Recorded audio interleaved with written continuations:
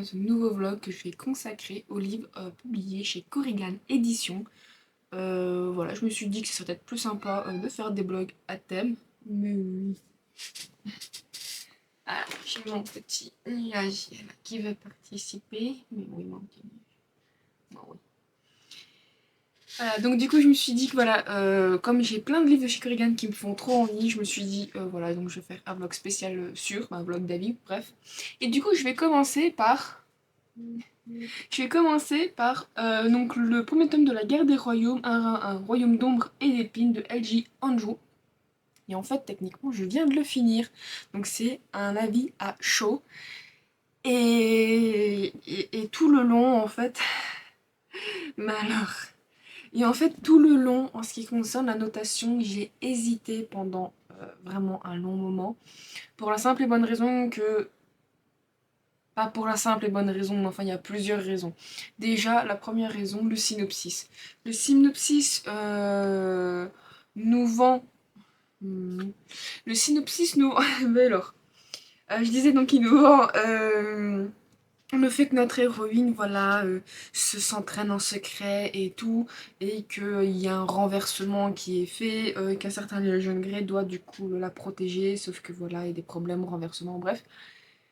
Et le problème, c'est que la manière c'était annoncé, ça me faisait vachement penser en fait à Le sang et la cendre. Au final, dans ma lecture, ça s'est plutôt traduit à un vague mixte entre Le sang et la cendre et encore, mais surtout en fait à quasiment une réécriture, presque une réécriture, moi une forte inspiration de La Belle et la Bête.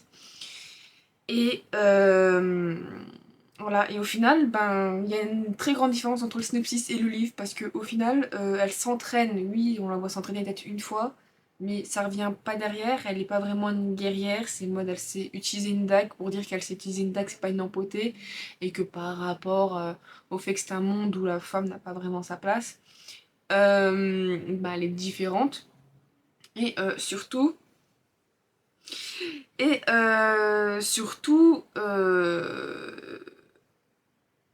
ce que je veux dire. Tu me perturbes, mon petit nuage. Mais oui, c'est tout fier. Et je sais plus. Ah oui, et du coup, en fait, il la protège, mais le côté où une protection arrive, et en fait arrive à partir du trois quarts du livre, quoi. Ce qui est extrêmement tard. Donc au final, le synopsis nous vend certaines choses, mais dans le cours de la lecture, on est beaucoup en fait dans l'attente que le synopsis, ce qu'il nous raconte, se passe enfin pour découvrir la suite. Donc, bon, du coup, du coup, c'était vaguement, bah, pas vaguement, mais c'était vachement dans les livres où bah, j'attends que ça se passe, j'attends que ça se passe. Et bah, justement, le j'attends que ça se passe, ça fait qu'il y a un rythme assez bizarre. Parce qu'au final, c'est pas trop j'attends que ça se passe, parce que bon, la plume est un peu particulière, mais euh, j'avais quand même des moments où je m'ennuyais parce que justement, je sens qu'on essaie de nous présenter la situation, des moments voilà, où j'appelle creux parce qu'il n'y a rien qui se passe. J'attends, voilà, je dis littéralement, on attend que ça se passe. Jusqu'à des moments hyper importants où là, par contre, c'est le pic, mais c'est genre, il y a tout qui se passe d'un coup, il y a ça, il y a ça, il y a ça. Et du coup, ça fait que c'est mal rythmé. Ben, ça, c'est embêtant parce que même en y repensant, quand je pense au moment creux, il y avait des petits moments où ça monte, mais c'est une légère tension, c'est pas des grandes révélations, des grands moments hyper hyper intenses comme on aura pu avoir au milieu du livre. Je me tiens droite. Donc bon, après ce livre, voilà, j'ai quand même voilà, un peu annoté, pas beaucoup beaucoup, mais j'ai un peu annoté. Ce livre ne m'a pas non plus laissé totalement trop mitigée parce qu'en fait, plus le livre avance, en fait, j'étais en mode 3 étoiles au début. Au milieu, j'étais en mode ah, je sais pas, 3 4 et puis plus avancé, plus je dis ouais, finalement, je vais mettre 4 étoiles.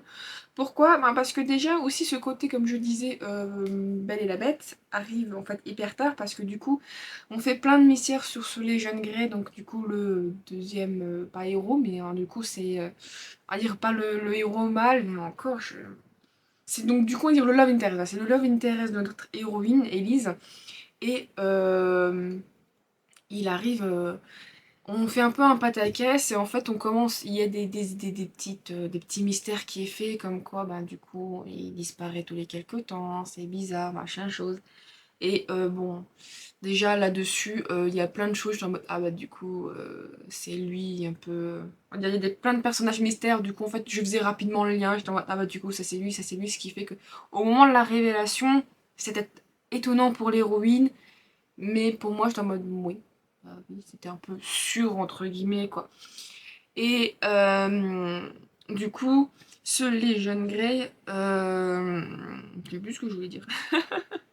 Mais ah, voilà, je perds la tête. Mais enfin bref, donc du coup, ce qui arrive avec donc, ce Légion Grey et aussi toute l'histoire d'amour, je trouve assez... Ça met du temps, ça arrive... Ah oui, je parlais de la malédiction. Et donc du coup, en fait, oui, bah, du coup, on apprend à la fin que c'est plus ou moins une... Non, pas plus ou moins, on apprend à la fin que c'est une malédiction.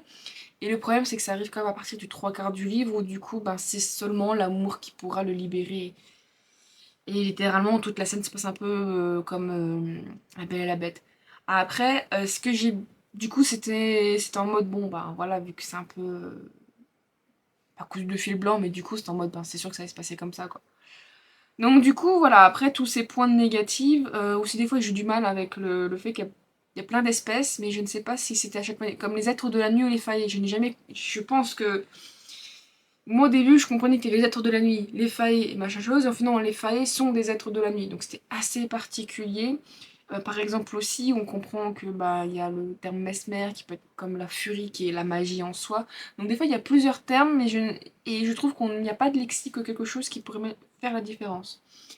Donc bon, voilà. Donc du coup un rythme assez particulier, trop, même pas en dents de scie, trop plat. Ensuite un grand pic, un petit plat et un autre pic.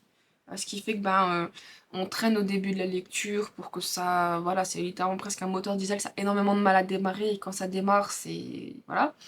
Le fait que je trouve qu'il y a des scènes, on passe, où ça va un peu vite à mon goût, où je pense qu'on devrait avoir un peu plus d'explications.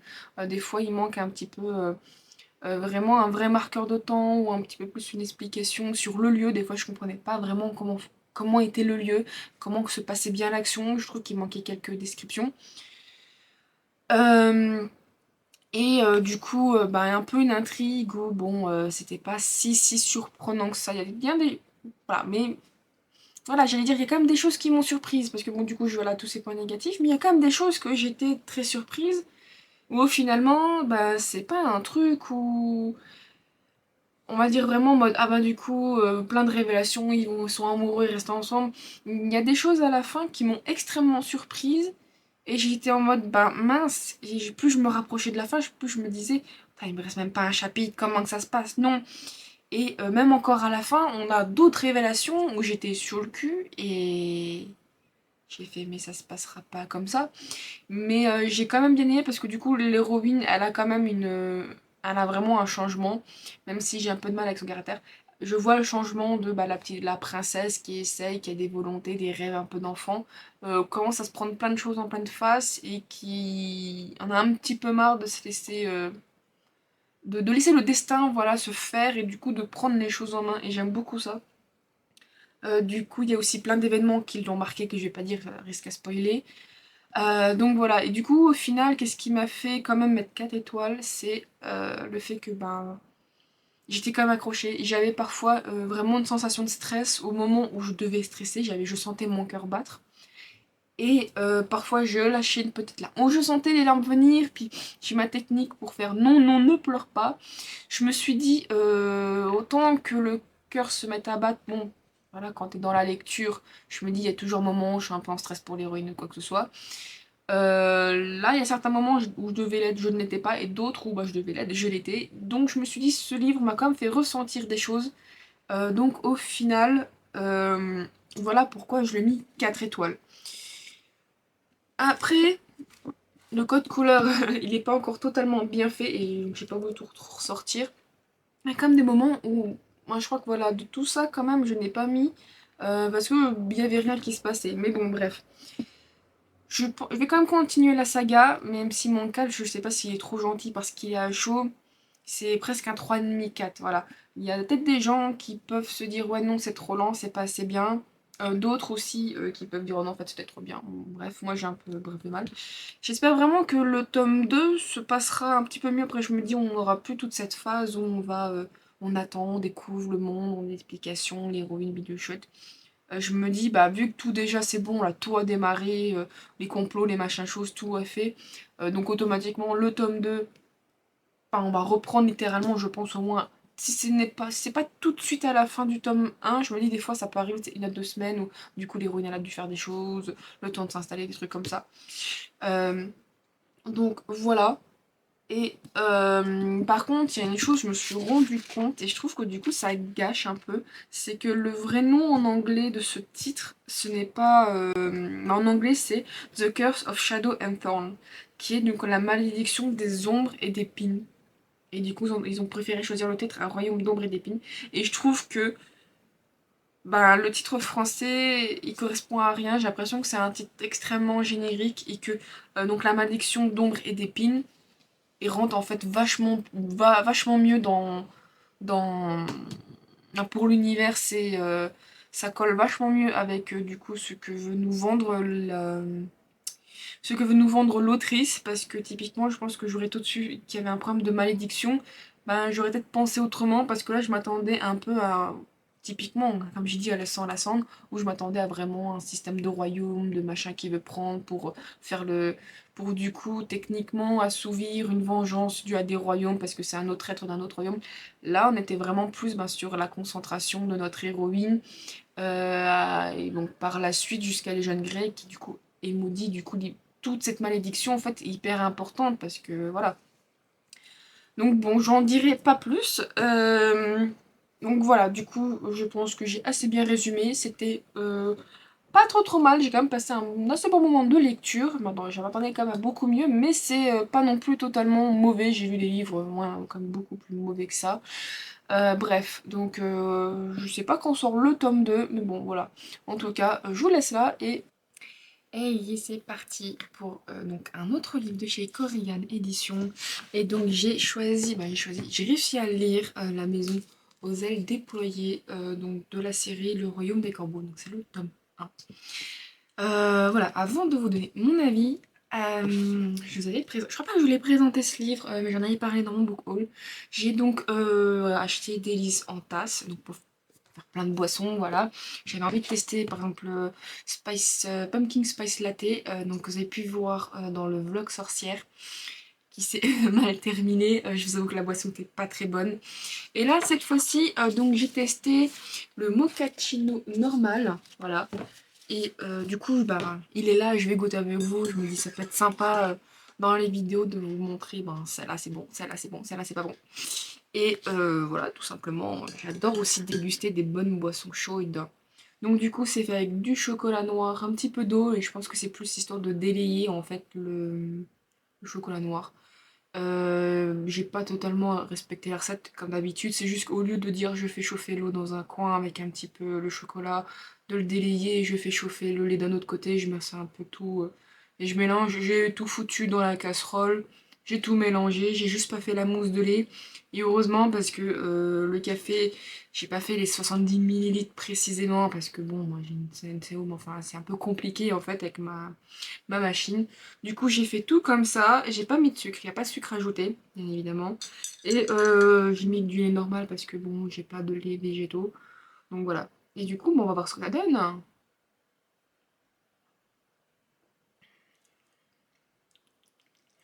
Et bah, c'est pas très sucré. Ça se sent. On sent le côté chocolat blanc. Après, c'est du chocolat noir de cuisine. Donc, je sais pas s'il faut utiliser autre chose. Mais je sens un petit peu le côté flotteux. Mais ça va, en vrai, ça passe. C'est vachement bon même. En tout cas, je suis contente. Je vais mettre des post-it de ce qui est bon, ce qui est pas bon. Et celle-là, je valide. Voilà, pour un mochaccino, c'était 70 ml d'expresso, 20 centilitres de boisson végétale, avoine barista. Moi, j'ai pris du lait normal, c'est très bon. 35 grammes de chocolat noir et 25 ml d'eau bouillante.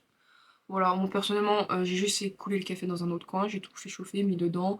Après, on peut faire une petite mousse de lait, un peu comme les baristas, mais bon, bah, mes tasses sont pas assez. Bah, en tout cas, celle-là n'est pas assez grande, donc bon, voilà. Mais en tout cas, c'est très bon. La prochaine fois, je testerai en version blanc. Donc bon, voilà, bon, aparté café fini. Voilà, je vais quand même vous parler de ce livre. Donc déjà, vous le voyez, c'est une collector. Une collector, oui, c'est la version collector, la version hardback, donc chez Corrigan. Et comment dire, déjà ce livre, J'avais vu qu'il était sorti donc en français, en auto-édition, donc de l'autrice, donc Olivia Wittgenstein. J'avais jamais pris le temps de l'acheter parce que je sais plus si c'est le prix qui m'effrayait ou bref. Je sais que ça fait partie parfois de certains livres où je les mets, il faut que je pense à les acheter, à les lire, bref. Et j'avais jamais fait le nécessaire. Ensuite, quand Midnight Whisperer, donc du coup, celle où je reçois les livres, j'achète, hein, mais moi les livres, donc elles sont en anglais, avait du coup voulu sortir, elle avait déjà sorti, je l'ai loupé, et elle est ressortir donc du coup ce tome en anglais, bien évidemment, donc avec des défauts. J'ai voulu l'acheter, mais au même moment, il y a en fait Corrigan qui avait les droits et donc qui a sorti. Je me suis dit, bon, allez, quitte à avoir une belle collector, et puis au vu du prix des Midnight, hein, je pense que j'en ai déjà parlé dans les book hauls, ils sont certes beaux, mais ça fait quand même un peu cher. Je me suis dit, vas-y, je vais prendre en français. J'en ai profité de la LC parce que je ne sais pas si vous le savez, Corrigan donc, a un Discord, et sur ce Discord, ils font parfois des LC. Ils votent, ils font quand même un vote par rapport aux gens qui est intéressé par tel LC de tel livre. Des fois ça n'aboutit pas, genre le son et la ça n'a pas abouti, tandis que pour celui-là ça aboutit. J'ai malheureusement pas réussi à le faire, à le suivre, en soi j'ai pas réussi à respecter les jours qu'il fallait le faire pour lire, bref. J'ai mis au moins un mois. J'ai mis un mois et en fait ce livre, c'est moyen. Alors c'est moyen, pourquoi? Pour plusieurs choses. Déjà, l'histoire nous raconte de Fallon qui serait mi-fa et mi-humaine et qui vit une existence misérable en travaillant dans une taverne.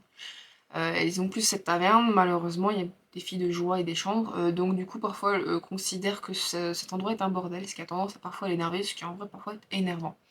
Elle est amoureuse donc du prince Faé, qui s'appelle Dante. Mais bon, on peut comprendre que cet amour est impossible parce que c'est un fait pur sang et elle, du coup, c'est une semi-humaine. Et comme donc dans la taverne qui est tenue par les parents de deux de ses amis, même si alors il y a Sibylle, donc Sibylle qui est plus son amie que sa grande sœur Diana, et de Phébus, donc un fait pur sang qui a un peu rejeté sa famille et qui a décidé de vivre loin de chez eux. Et en fait, un jour, elle décide, entre guillemets, voilà, elle n'est pas invitée en fait à une fête du prince, donc elle décide d'aller avec Diana près des hommes. Et il y a une fête, et en fait, il y a une certaine Browen qui va venir et lui dire littéralement la prophétie que si elle libère 5 corbeaux, ils lui feront, ils la rendront reine. Ils la rendront reine. Bref, j'ai un petit peu de mal avec ces paroles-là. Et c'est littéralement ce qui est dit de mémoire dans le synopsis.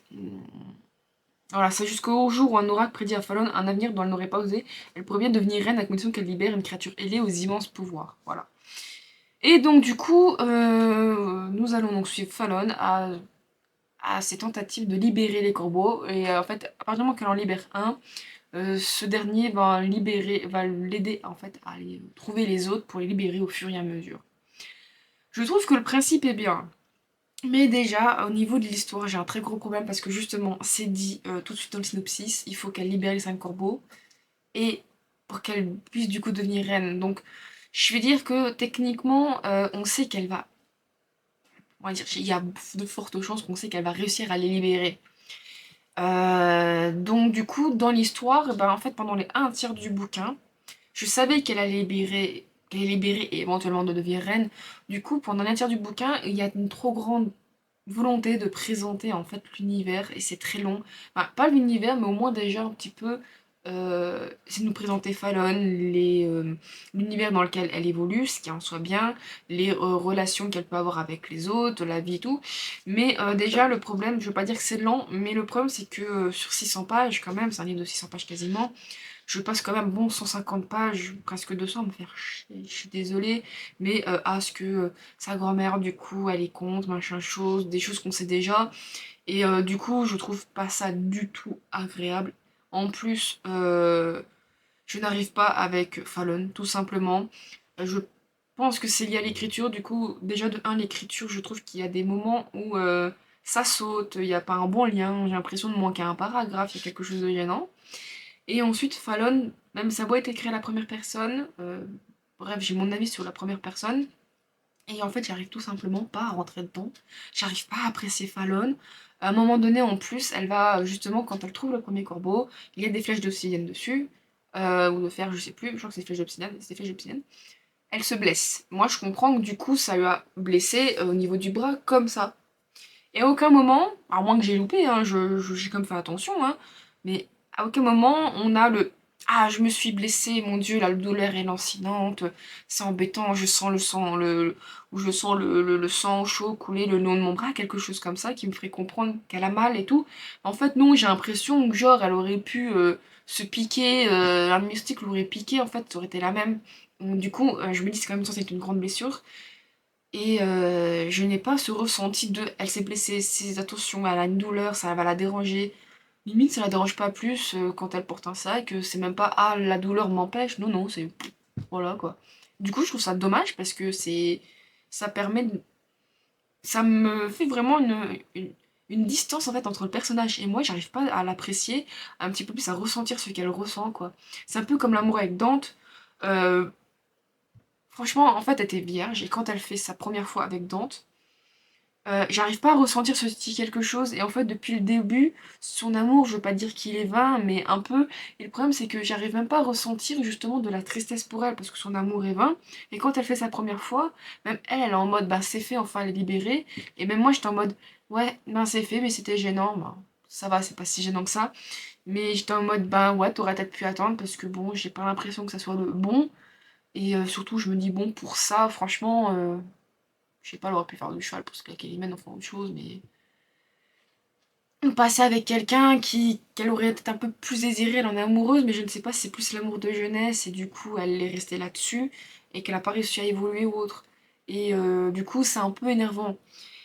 Bref, et voilà, du coup ce que je reproche à ce livre, c'est qu'il a une bonne base, il a une bonne envie, mais je le trouve hyper long à démarrer parce que bah, justement il est fait pas, il a le problème du synopsis qui dit l'histoire et du coup on a un petit peu, moi personnellement, le synopsis me fait comprendre qu'elle va réussir à libérer les oiseaux, donc elle va réussir à devenir reine. Et que justement, moi j'attends qu'elle devienne reine pour techniquement, l'histoire démarre en mode ah, elle va devenir reine, du coup qu'est-ce qui se passe? Et je vous avoue qu'elle devient toujours pas reine en fait en soi. Même si bon,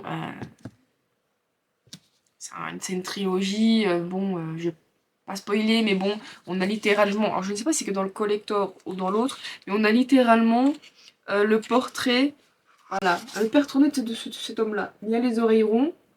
Dante a donc les oreilles pointues, ce qui fait que c'est un personnage. En plus, faut qu'elle libère les corbeaux, 5 corbeaux, donc une grande créature ailée. On se doute que c'est 5 parties qui vont revenir et faire un humain. Voilà quoi. Et donc du coup, techniquement, cet humain est important à un statut éventuellement de roi. Donc voilà, je veux dire, il faut pas sortir de sentir pour comprendre quoi. Donc bon, malheureusement, voilà.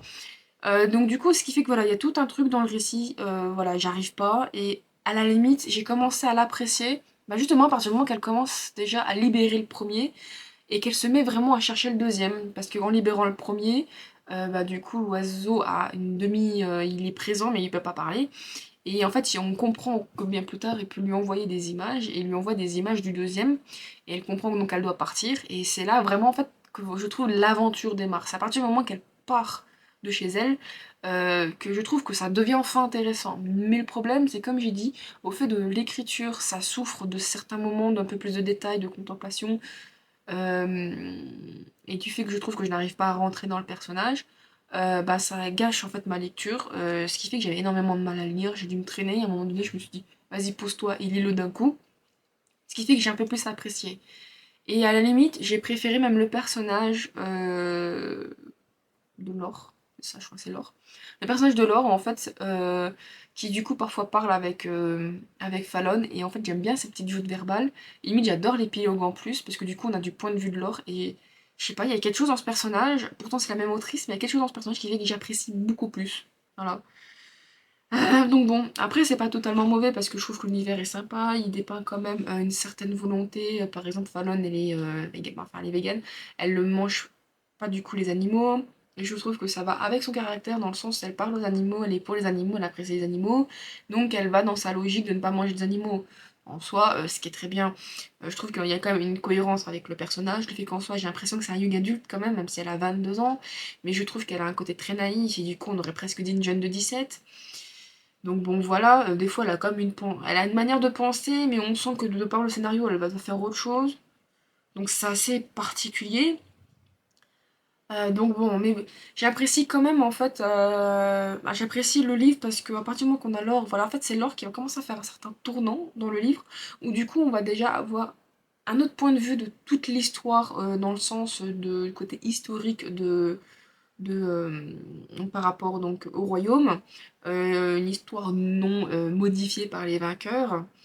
Il y a tout un il y a du coup vraiment l'ajout de verbal, et en fait, à partir du moment qu'on le découvre, je trouve que le livre prend notre tournant parce qu'on a envie de découvrir. On a envie de découvrir, de savoir quelle est son espèce, de savoir comment fonctionnait avant, qui a raison, qui a pas raison, et de le découvrir tout simplement parce qu'il a un petit quelque chose qui est très agréable, quoi.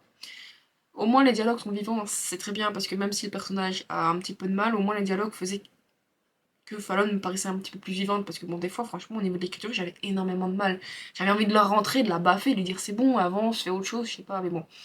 Mais bon, voilà, quoi qu'il en soit, ça reste une lecture malheureusement un petit peu compliquée pour moi. Voilà, donc je vous ai évoqué les points de pourquoi, du comment. Est-ce que je vais continuer à le lire? Oui, pour la simple et bonne raison que euh, le tome 2 sort bientôt. En dehors de ça, je me dis que des fois les premiers tomes sont un petit peu sont pleins de maladresse ou parfois sont mal faits parce les auteurs veulent parfois mettre trop de choses et ils n'y arrivent pas ou le font de mauvaise manière, et des fois une fois que c'est placé, le tome 2 va généralement un peu plus vite ou est mieux fait. Donc du coup, je vais quand même essayer de lire le acheter et de lire le tome 2. Après, je me dis, bon, une fois que le tome 2 est fait, à moins vraiment que c'est nul et que j'arrive pas, je lirai le tome 3. Mais j'espère juste que le synopsis déjà ne va pas me vendre trop l'histoire, et en fait où justement je suis en mode j'attends que ça se passe pour pouvoir démarrer. Voilà, j'espère que l'écriture au niveau du personnage sera mieux parce que voilà, elle a un côté naïf qui peut être parfois gênant, mais surtout que c'est trop gênant parce que d'un moment quand on comprend qui le corbeau correspond à quoi et qu'elle elle est encore dedans, en soi d'un point de vue d'écriture ça peut être logique. D'un autre, je me dis tu y réfléchis pas assez, donc bon, voilà. Et j'espère qu'elle va un petit peu plus grandir, parce que comme elle a toujours été maternée en soi, 22 ans, j'espère qu'elle va d'un coup prendre des galons, être un peu plus adulte pour que ça soit un peu mieux au niveau de la lecture. Donc bon, voilà, en soi, bon, et aussi au niveau de toute la vérité qu'on apprend, parce que du coup, voilà, on apprend toute la vérité à la fin. Bon, ce qui fait que c'est très intéressant. Et en soi, le synopsis vend qu'elle fait qu'elle devient reine, elle est toujours pas reine à la fin, mais on comprend qu'elle va devenir reine parce que bon, justement, on a tout l'épilogue du point de vue de Laure où du coup, c'est en mode quand Dante, à un moment donné, a pris Fallon dans les bras, il avait envie de lui écorcher les yeux. Tu te dis ah, il y a quelque chose. Et aussi, j'ai envie de continuer pour le simple et bonne raison que ben du coup, on soit un vieux méchant par rapport au point de vue des Fayet revient. Donc j'ai envie de voir comment que ça va, comment lui, en réintégrant son royaume et en nous revenant là, ça va se passer. Il y avait un autre royaume avec une autre espèce qui s'appelle donc le royaume de Chabé, qui du coup a été malheureusement enfermé. Ils vont, je pense, s'ouvrir, justement voir comment eux ils sont, comment ils fonctionnent, comment voilà, au niveau de la politique, comment que ça va se faire. Du coup, ben, la relation entre Laure et Fallon, voir voilà, comment que ça va évoluer. Elle, du coup, est-ce qu'elle va avoir toujours de la rancœur envers Dante, même si déjà ses sentiments ont changé. Est-ce qu'elle va du coup tomber amoureuse de Laure, parce qu'en soi, à part le considérer comme un traître d'une certaine manière, on va dire que pour le moment, elle a juste en mode, ben, elle a fait la chose avec Dante, mais il n'y a plus de sentiments parce que bah, Dante lui a bien fait comprendre que, plus ou moins, je suis désolée, il a joué avec elle, hein. Franchement, quand vous lisez la scène, c'est du crac-crac. Tu comprends que le mec a voulu faire la chose et c'est fini, il est heureux, quoi. C'est presque malheureux, quoi. Bah, non, c'est pas presque, c'est malheureux, quoi. Et voilà, du coup, il y a ce genre de choses que je veux voir. Du coup, comment fonctionne le peuple des corbeaux, le peuple des chabés, de Chabé. Les humains vont-ils avoir une meilleure relation? Est-ce qu'il va y avoir des guerres? Voilà, il y a plein de questions que je me pose. Et surtout, est-ce qu'elle va vraiment devenir reine? En soi, je pense que oui. Mais vu qu'elle l'est toujours pas, on va dire c'est une des choses qui sont pas forcément réalisées dans le premier tome. Donc voilà, et aussi, bien évidemment, on continue aussi à voir les amis de Fallon, parce que voilà, et c'est malheureux, mais je préfère les personnages vraiment secondaires à Fallon, quoi. J'espère qu'elle évoluera, franchement, qui va faire que je vais un peu plus l'apprécier. Donc bon, du coup, je suis quand même contente de l'avoir, voilà, en français. Si je devais donner une note, ça serait 3 sur 5, mais un 3 sur 5 pas négatif, parce que bon. Le problème, c'est que je trouve qu'il y a d'extrêmement de bonnes idées et que ce livre, bah, je me suis forcée, donc c'est pour ça qu'il y a le point de vue négatif, mais que l'univers est quand même très bien. Il y a... On me l'a vendu comme une romantasy, un peu quand même.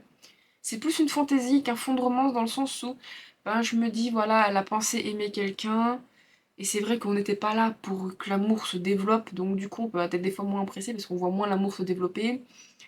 La romance, elle est quand même un petit peu en fond, ou dans le sens, bah voilà, elle était amoureuse de Dante et elle aurait pas dû, c'est un fou d'amour. Donc du coup, je trouve ça encore pas trop mal le fait que, voilà, elle a quand même un côté romance, mais ça se termine. Donc bon, c'est pas non plus totalement faux, nous, les côtés romance, mais pas avec le bon love interest, on va dire ça comme ça. Et vraiment, le côté fantasy, quand même sympa, on vit vraiment dans un monde, voilà. Ah, et il y a un point, voilà, ce point-là, je me disais, il y a un point, il fallait que je vous en parle.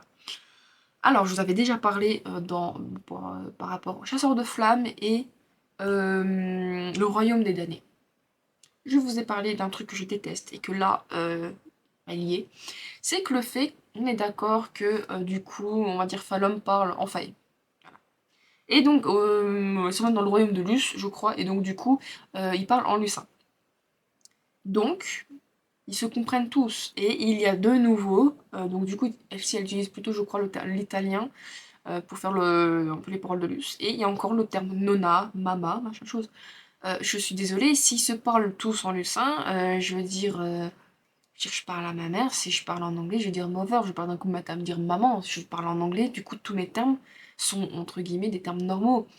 Donc du coup, je n'arrive pas à comprendre et apprécier le fait que tu te parles dans une langue, d'un coup techniquement, ben, du coup tu te parles en français et d'un coup tu vas, au lieu de dire le mot grand-mère, tu dis grandmother, qui du coup est de l'anglais, mais alors que tu es censé lui parler de la même langue, si tu te parles en lucin, tout est tout le temps en lucin. Voilà.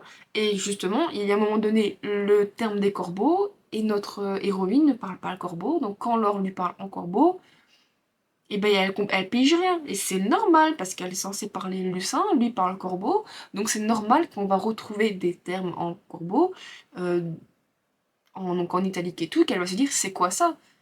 Et c'est logique, et je comprends pas pourquoi, voilà, bref. Donc du coup, c'est un point qui m'a énervé, le fait que, on m'a retrouvé Moma Nona, elle appelle là directement maman grand-mère, quoi. Pourquoi tu l'appelles comme ça? C'est pas un diminutif, c'est pas un nom de famille, c'est juste littéralement, mama veut dire maman en italien. Ou ici, en lucin. Ben, tu lui parles lucin, dis-lui directement maman, quoi. Donc c'est un peu con. Bon, bref, voilà, ça aussi un point voilà, qui m'a aussi un peu énervé. Souvent, je suis en mode oui, non, ok, voilà. Donc bon, après voilà, c'est vraiment ce genre de choses qui m'ont énervé, qui m'ont un peu embêté. Mais je trouve que voilà, en dehors de ça, bon, c'est peut-être moi qui chipote, je sais pas, je doute. Mais voilà, le young adulte, pour moi c'est plus un young adulte parce que franchement, elle a vraiment des réactions de jeune. Voilà, le fait qu'elle a été vécue trop enfermée, pas assez développée et trop protégée fait aussi que elle a un côté naïf, hein. Et donc du coup, comme elle n'a pas d'expérience dans le monde, ça peut être gênant. Mais bon, voilà, du coup ça reste un 3. Pourquoi? Parce que j'espère vraiment que dans la suite elle va évoluer. De toute façon, j'ai déjà dit, j'espère qu'elle va évoluer. Le monde était quand même relativement sympa. Voilà. Je peux vous le recommander quand même, mais avec des petites pincettes, hein, parce qu'il y a peut-être des choses qui peuvent un petit peu gêner, peut-être à la fin aussi, ça se passe un peu extrêmement vite, mais en même temps, Lore est très puissant et justement, on a peur de lui. Voilà, il a un côté très humain qui est agréable, voilà, ce genre de choses. Peut-être la romance avec Dante que vous pouvez ne pas aimer, ou le fait que ça traîne trop en longueur, certains moments pour rien, bref, voilà. Je le recommande, mais avec de sacrées pincettes quand même, dans le sens où mieux vaut s'attendre à un livre, moi je pars toujours comme ça, mieux vaut attendre un livre qui va peut-être éventuellement vous déplaire, où vous êtes en mode main, voilà, j'ai voyagé mais sans plus, que va vous attendre à quelque chose d'énorme, et quand vous lisez, c'est pas terrible en fait. Je trouve que limite on apprécie plus un livre auquel on se retrouve finalement avec une bonne surprise qu'autre chose. Voilà. Donc bon, du coup, c'est un 3 voilà. Euh, voilà, c'est un 3 à prendre avec des pincettes. Voilà.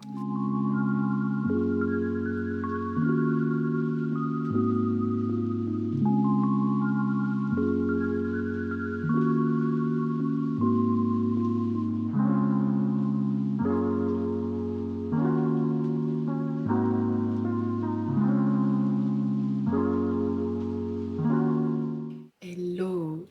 Du coup, je pense que vous avez vu, j'ai fait un peu de couture. C'était très très compliqué à filmer. Et ce que j'ai cousu, je crois que je ne vous l'ai pas montré. Des fois, je perds la boule. C'est, hop. Donc un petit panier à couture, voilà, à la couture, un petit panier à livres. Je vous avoue que j'avais vu dans... Je crois que c'était All Correct qui donnait, donc avec leur box bien évidemment, de beaux paniers. Je trouvais en fait, le principe vachement sympa.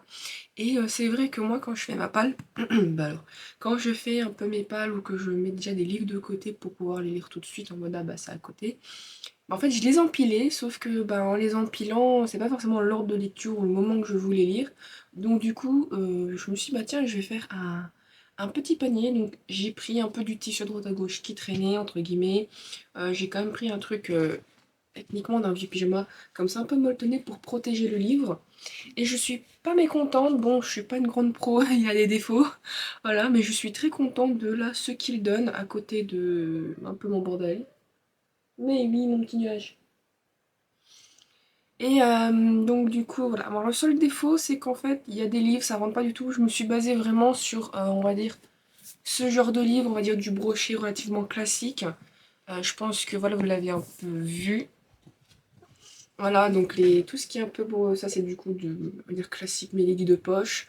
Ça rentre bien et en fait celui-là encore j'ai dû légèrement, pas forcé, j'ai dû le rentrer en premier pour que ça rentre. Et ça fait quand même du coup tout de suite du volume, ça prend vite de la place. Donc moi j'avais pas calculé par rapport à ça et encore j'ai fait plus grand que le modèle demandé. Et par exemple si je rentre l'Empire du Vampire, c'est catastrophique, je crois que j'enlève 2 livres de moins. En fait tellement qu'il est plus large, du coup de moins ça prend plus de place, voilà. Du coup je me suis dit c'est sympa, ça fait entre guillemets plus joli, ça me prend moins de place, j'abîme moins les livres et du coup ben, voilà, c'est bien disposé. Normalement, j'aurais voulu avoir de la place pour mettre le livre en question, mais comme il est trop gros, je me suis dit tant pis, je vais le laisser comme ça. Voilà, donc du coup, vous avez vu, j'ai mis ma Kindle sur le côté vu que ça rentre pas trop mal. Et ça, c'est juste tout simplement euh, mes petits post-it pour essayer d'annoter parce que j'ai énormément de mal. Comme ce livre que je vais vous donc parler.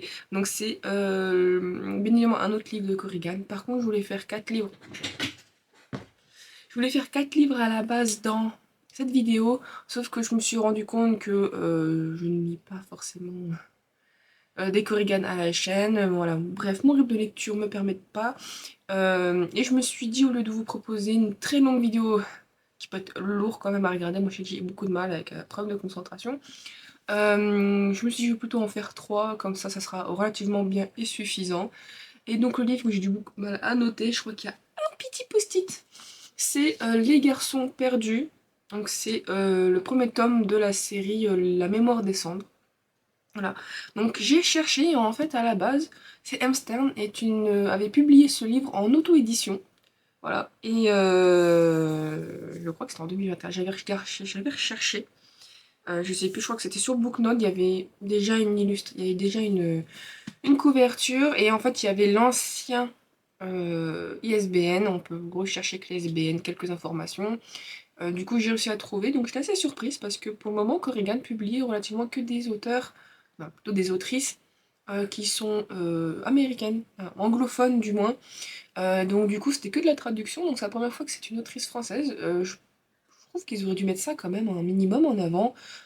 Parce que personnellement, pour moi, c'est comme un peu plus vendeur. Je préfère un minimum privilégier des autrices françaises, auteurs françaises, que voilà, de l'américaine. Après, bon, on n'a pas forcément le choix, vu ben, on va dire que les ricains ont une autre vision avec l'auto-édition, ce genre de choses. Bref, et la lecture.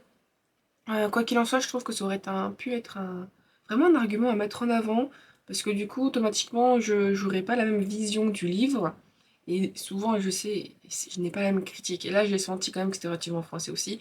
J'avais moins de problèmes de tournure de phrase, on sent que c'est vraiment une ligne française qui a quand même réussi à rechercher qu'elle derrière. Donc bon. Alors ce livre, donc je pense que vous le voyez. Je crois qu'en fait, je l'ai acheté ce mois-ci en plus, pas ce mois-ci. Du coup, ça va être le dernier livre, il va publier en janvier. Et techniquement, je l'ai reçu début janvier. Oh, en fait, c'est une nouveauté que j'ai réussi à lire. Ouais, je viens de m'en rendre compte, c'est trop génial. Mais du coup, en fait, Corrigan a souvent, à la sortie du livre, propose une lecture commune. J'essaie d'y participer du mieux que je peux. Ça a été relativement un peu catastrophique pour la maison où vous allez le déployer. Je crois que la vie est juste avant de toute façon. Ou voilà, bref, je vous en ai tout dit. Ici, j'ai essayé de le suivre, même si j'ai pas été complètement, totalement assidue. Mais j'ai réussi à commencer le jour J. Bon, par contre, j'ai fini avant le dernier jour. En vrai, le découpage Il y a 414 pages, mais le découpage se fait 3 chapitres par 3 chapitres globalement, vu que c'était sur une semaine. Donc on a commencé le 10, fini le 18. En vrai, le 17, j'étais en mode... franchement, en fait, j'ai lu le 17, commencé à 20h pour rattraper mon retard depuis le 15 que j'avais pas lu. Et en fait, j'ai lu d'une traite, j'ai vu qu'il était 22h30, j'étais quasiment à la fin, je me suis dit, allez, vas-y, je lis tout le reste. Donc du coup, ce qui fait que j'ai lu les derniers chapitres. Franchement, pour trois chapitres, voilà, ça faisait même pas une cinquantaine de pages. Je me dis, bon, je vais pas attendre le jour J, je suis en pleine lecture. Je ne sais pas si j'aurai eu l'occasion, donc le 18 de lire. Bref, et voilà, le seul petit marque-page là qui fait pitié que je vais enlever. J'ai essayé, mais j'ai remarqué quand c'est pas un livre que c'est vraiment dans mon genre, parce que j'ai fait les post-it par rapport vraiment, entre guillemets, au genre de romance, même s'il reste très générique. J'ai beaucoup de mal et à ma limite, quand j'ai tout de suite un coup de cœur dans le livre, relativement au début, que je suis vraiment bien ancrée, j'ai remarqué, j'annote à beaucoup. Quand j'ai du mal avec le livre, où je suis vraiment dans l'attente de découvrir la plume, l'univers, j'ai énormément de mal en fait à mettre des annotations. Et ce livre, bon, je pense que vous l'avez vu, donc j'ai dit je l'ai lu en lecture commune. Voilà, donc ça en plus, je me suis rendu compte que ça, non, je crois que c'est l'ancienne couverture. Voilà, donc c'est pas moche non plus. J'aime bien le jaspage quand même. Leurs jaspages sont très très beaux. Il y a vraiment un côté un peu, je pense, un Fairy Loot où leurs jaspages sont beaux. Il n'y a pas forcément des fois des artworks dedans, mais Fairy Loot c'est vraiment des objets de collection. Donc l'intérieur, par contre, je suis pas fan avec les, avec les têtes comme ça. Et bah la couverture, bon, faite par Nicolas Jamono, c'est un objectif de vie. Je l'ai pas énormément dans le journal parce que c'est un objectif de vie, pas pour cette année. C'est de lire tous les livres auxquels il a fait la couverture. Moi, je vous avoue que j'ai énormément de boulot et surtout qu'il faut que je trouve un listing. Il faudrait que je lui demande si son site il est à jour pour que je puisse me dire bah c'est toute la liste et je vais essayer de lire tout parce que c'est très très très très compliqué. Bref, voilà. Donc c'est pas une mauvaise collector, il y en a d'autres qui sont plus sympas. Après c'est vrai que du coup pour mon avis de ce livre, vu que mon avis est relativement moyen, j'ai hésité à lui mettre la note en question. Pourquoi? Parce que c'est un livre déjà qu'on met pas en toutes les mains, parce que nous allons suivre. Pourquoi j'ai un bug dans nos prénoms, c'est incroyable, j'allais dire, voilà, c'est ça. Donc on va suivre Jack, qui est du coup, en fait, vit dans un petit village. Il se rend compte qu'il n'aime pas forcément les femmes. Il y a quelque chose qui lui marque par rapport à la mort d'un être qui était parti et qui est revenu, qui était, on va dire, différent, parce qu'il juste aimait simplement les hommes. Et il faut bien comprendre que ça se passe au 19e siècle. Donc automatiquement, le fait d'être homosexuel est pas du tout bien vu.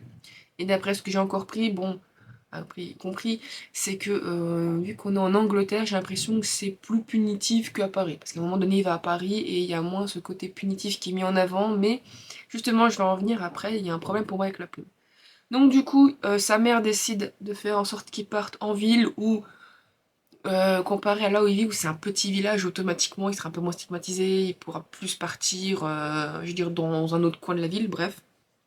Il y va là-bas, il est censé être aidé par la sœur de son ancien maître d'école, sauf qu'elle lui dit non, on va te faire voir. Et du coup, le pauvre, il finit par tout dilapider, le peu d'argent que sa mère lui avait donné, dans dans des, ah, dans des, oh, je trouve pas le terme, c'est incroyable pas dans des abris. Bref, dans des genres d'hôtels, c'est pas le mot là que je voulais dire, mais bon, bref. Des auberges, voilà. On est dans des auberges et parfois on sent que ils disent bien comme quoi les propriétaires d'auberges ont tendance à augmenter le prix, donc du coup, bah, ça dilapide plus facile, plus rapidement donc ce qu'il avait. Et il se finit par se retrouver à la rue. Donc, à la rue, bien évidemment, en plus on dit bien qu'il a un joli minois, donc il finit par se prostituer. Alors déjà, à partir de ce moment-là, bon, plutôt si je continue, donc à partir de ce moment-là, il va être emmené au commissariat, il se fait un peu avoir, mais il finit par être sauvé par un personnage qui est Adrien, et qui lui propose en gros d'être à son service et qui doit juste, entre guillemets, séduire quelqu'un en particulier. C'est là qu'il va faire la rencontre d'Antoine, qui est techniquement le personnage ici, auquel donc Jack va tomber amoureux, mais il devra donc entre guillemets faire la cata pour un autre personnage. Et c'est là que tout son monde va vraiment basculer en fait quand il commence vraiment à comprendre certaines choses que techniquement bah, Adrien et les clients en question ne sont pas des clients normaux, ce sont en fait des vampires, même si on veut plus mettre en cause le côté immortel que vampire. Parce que dans l'univers, le côté vampire, c'est vraiment négatif. Voilà, donc ça c'est un peu le plot twist, après je vous dis pas le reste. Et en vrai, cette histoire, c'est pas mauvais, mais le problème déjà, c'est qu'il y a un problème pour moi, je trouve, avec l'écriture. Déjà, c'est à la première personne, donc c'est en jeu. Moi, personnellement, à chaque fois que je vois du jeu, je me méfie. Il y a des gens, ils ne jurent que par le jeu. Moi, je veux pas dire que je ne jure que par le troisième personne, donc il, elle. Je jure plutôt, on va dire par l'autrice, je vais pas dire ça comme ça, mais disons que automatiquement, quand je vois un jeu, pour moi, j'ai l'impression que pour certains auteurs-autrices, c'est une facilité d'écriture parce qu'on met un jeu, on se dit ah bah tiens, du coup les gens ressentent plus facilement ce qu'ils veulent dire. Alors que justement, moi j'ai l'impression que c'est de la fainéantise. Alors peut-être pas tous, bien évidemment, mais moi la plupart du temps j'ai l'impression que c'est de la fainéantise. Et donc du coup j'ai tendance justement à moins ressentir. Et parce qu'il y a quand même un travail de plume derrière, parce qu'on met un jeu qu'on ressent plus facilement. Et généralement, j'ai remarqué que dans les il, elle, donc à la troisième personne, bah, les gens, les auteurs-autrices ont tendance à faire un peu plus de travail pour qu'on essaie de mieux ressentir la chose. Je dis ça, mais bon, c'est comme tout, c'est comme dans tous les genres, bref, ça dépend de qui écrit et comment on va apprécier l'histoire, bref. Quoi qu'il en soit, ici, je trouve que donc déjà c'est à la première personne, et surtout que je trouve qu'il y a un problème dans la narration, dans le rythme, plutôt dans le rythme où et ben, c'est malheureux ce qui lui arrive. Le pauvre qui du coup profite de lui, de son statut de jeune, parce qu'il a quand même 17 ans dans ce récit, qui finit par se prostituer. Mais je trouve que la misère n'est pas assez mise en avant. C'est pas. Je sais pas comment. Mais en fait, du coup, c'est pas assez bien écrit. J'ai pas tout un passage où, par exemple, il dit qu'il meurt de faim, il voit les autres en train de manger un quignon de pain moisi, où c'est vraiment répugnant, mais il a tellement faim. J'arrive pas à bien ressentir cette détresse, ce malheur qu'il a. On dirait plus vraiment une description de ah là là, ça pue là où il est, il a faim, machin chose. En mode, on nous décrit, on nous donne en état de fait, mais en aucun cas j'arrive à ressentir cet état de fait. Du coup, je suis en mode, bah, on me présente l'histoire, je suis en mode, oui, bah, d'accord, ok, sans arriver à ce que je m'implique dedans. Et du coup, j'arrive pas à me dire, bon, ok, t'es vraiment heureux enfin d'avoir un bain chaud ou quoi que ce soit. Je dirais, pour moi, il manque des termes qui me feraient un petit peu plus rentrer dans son ressenti. Et du coup, ça gâche. Et du coup, ça gâche complètement, je trouve, mon appréciation pour l'histoire. Et attendez, deux.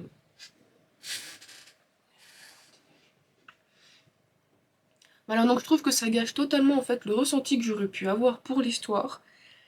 Et au final, ben ça, vu que ça suit quand même tout le long du récit, ça fait que j'ai énormément de mal du coup à apprécier entre guillemets Jack, à vraiment ressentir la peine, le désespoir qu'il a. En vrai, même à un moment donné, il fait une crise.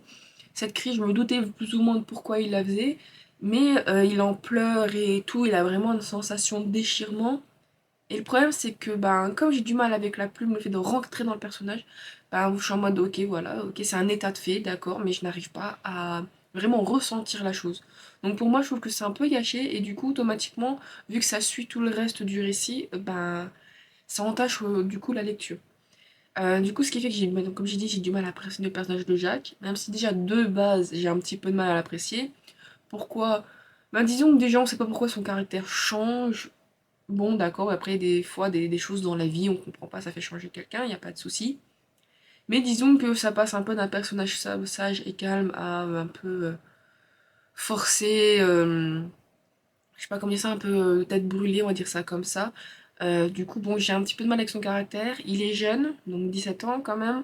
Je me suis pas presque demandé si le récit c'est pas du young adulte, mais bon, on l'a pas vendu comme du young adulte. Surtout que, en vrai, prostitution, abus sexuel, ce genre de choses, il y a vraiment beaucoup d'avertissements et voire du vie. Et en vrai, pour du young adulte, ça serait quand même très très choquant, ou c'est pour des jeunes qui ont déjà une mentalité d'adulte, quoi, donc bon. Et bon, bref, du coup, les personnages, je suis en mode bon. Ils ont l'air de.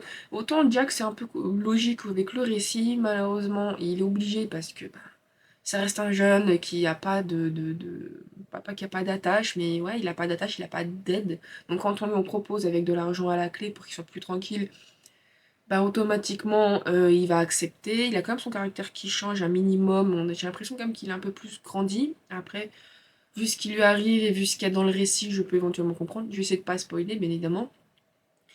Donc, je suis en mode, bon, j'aime bien comme une évolution de son personnage, mais je suis, voilà, pas trop fan.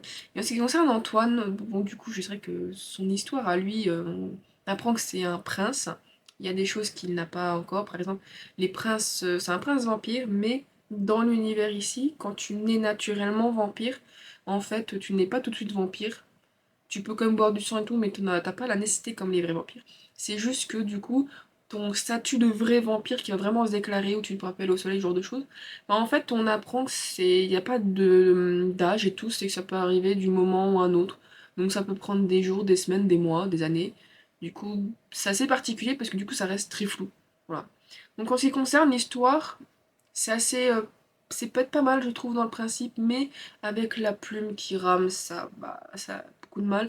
Le fait que, quand même, on n'est que du point de vue de Jack, vu que c'est l'histoire de Jack, ça rame aussi parce qu'il est extrêmement spectateur. Pendant les trois quarts du bouquin, il est quasiment spectateur, il en subit les choses.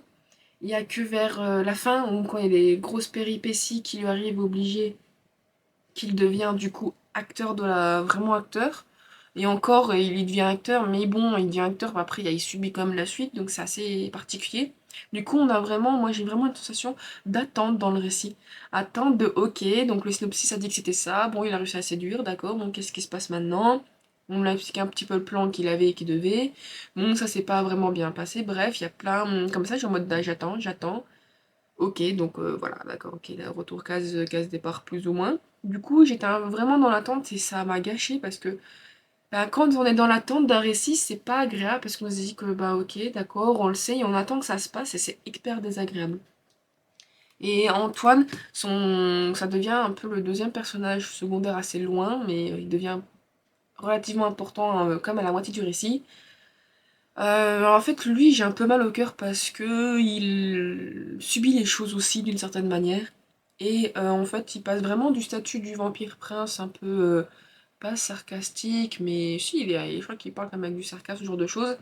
Un peu un prince qui finit par être fragile, avec, comme s'il avait un peu tout perdu, ce genre de choses. Du coup, ça casse un peu l'image. On sent comme qu'il a changé, dans le sens qu'il est devenu plus fragile. Ce n'est plus lui le fort, c'est un peu lui celui qu'on doit protéger et devenir plus ou moins le faible. Donc bon. Donc en vrai, ah oui, et puis le world building, sinon, mais en fait, du coup, par rapport à la trame et l'univers, c'est pas mauvais, mais je trouve qu'on nous en dit pas assez. Je sais bien qu'on est du point de vue de Jack et qu'on ne veut pas forcément tout lui raconter, tout lui dire. Du coup, on découvre qu'au fur et à mesure, petit à petit, via lui. D'un côté, je me dis Jack est comme, il est trop passif, justement, après, il est humain, il peut rien faire contre les grands vampires. Il est trop passif, du coup, on n'en sait pas assez. Malheureusement, et du coup, bah, on sait qu'on est dans un univers avec des vampires au 19e siècle, mais on n'en sait rien de ces vampires, parce qu'il faut pas se dire que c'est des vampires qu'on connaît. Il y a des choses, c'est totalement différent quand même si ça se ressemble. Et du coup, on sait pas non plus sur qui règne, comment que ça se passe, parce qu'on comprend que t'as des régents, il y a des princes, il y a ce genre de choses, on comprend qu'il y a des choses qui se sont passées avant. Mais comme il y a trop la volonté de cacher, bah, il y a tellement une trop volonté de cacher qu'on n'en sait rien, et que du coup, on se dit, mais c'est quoi ce monde, quoi? Et bien Antoine qui finit quand même par lui lâcher un peu certaines choses, mais ça arrive, vu que tout arrive tellement à la fin, je me dis, tain, j'ai quand même passé plus de 300 pages à attendre que ça se passe presque, c'est un peu dommage. Après, c'est pas mauvais, c'est pas mauvais, dans le principe, je trouve que c'est pas mauvais, mais comme j'ai dit, le fait que la plume est longue, le fait que j'ai du mal à m'intéresser à Jack, je veux pas dire que c'est péripéties, je m'en fous, mais c'est vrai que le pauvre, c'est quand même malheureux, il s'est vie plusieurs fois, et puis méchamment, c'est pas agréable, mais je n'avais pas cette sensation de tension, et je l'ai eu qu'à la fin, quand vraiment les choses ont commencé à démarrer, démarrer pour moi du moins. Du coup, je peux comprendre que les gens lâchent relativement tôt, en fait, parce que, voilà, faut apprécier, et si on n'arrive pas, voilà. Avec pour la romance, j'ai du mal aussi, en fait, vu que dans tous les cas, la plume, ça va pas, je crois que ça fait 6 fois que je le dis, même la romance, elle est là, c'est malheureux, il y a des... Voilà, j'ai eu quand même un petit pincement au cœur à un moment donné, parce que je m'imagine toujours dans la situation si c'est de marier avec mon chéri, donc voilà, j'ai tendance à me mettre un peu à la place, donc ça fait mal au cœur. Mais bon, c'est tout. Du coup, ce qui fait que ce livre, malgré qu'il soit beau, je vais quand même continuer à voir avec le tome 2. Mais j'ai hésité entre un 3 et un 4. Du coup, j'ai fini par lui mettre un 3,5. En vrai, voilà. Parce qu'il y a quand même pas de mauvaises idées, mais je trouve qu'il y a des choses, ça devrait plus creuser. Il est long et court à la fois, c'est très particulier. C'est pas comme par exemple le sang à la cendre où je l'ai senti qu'il était long, mais c'était un long bien. J'adorais l'écriture et suivre le récit. Ici, je trouve que ça se lit très très vite. Il y avait que 29 chapitres, je crois, de mémoire, 444 pages, mais je pense que ça se voit, c'est écrit quand même relativement gros. Donc les pages se défilent rapidement. Donc la lecture, je me trouve, me paraît quand même rapide. Mais voilà, c'est peut-être pas forcément agréable pour tout le monde. Ça n'a pas été un coup de cœur, donc comme je dis 3,5. Et en vrai, si je dois donner vraiment une note, bah du coup sur Amazon Note, ce sera un 3. Parce qu'on n'a pas forcément pas le choix. Donc bon, voilà. Du coup, ça reste pas une trop mauvaise lecture. Je finis sur cette vidéo avec un 3,5.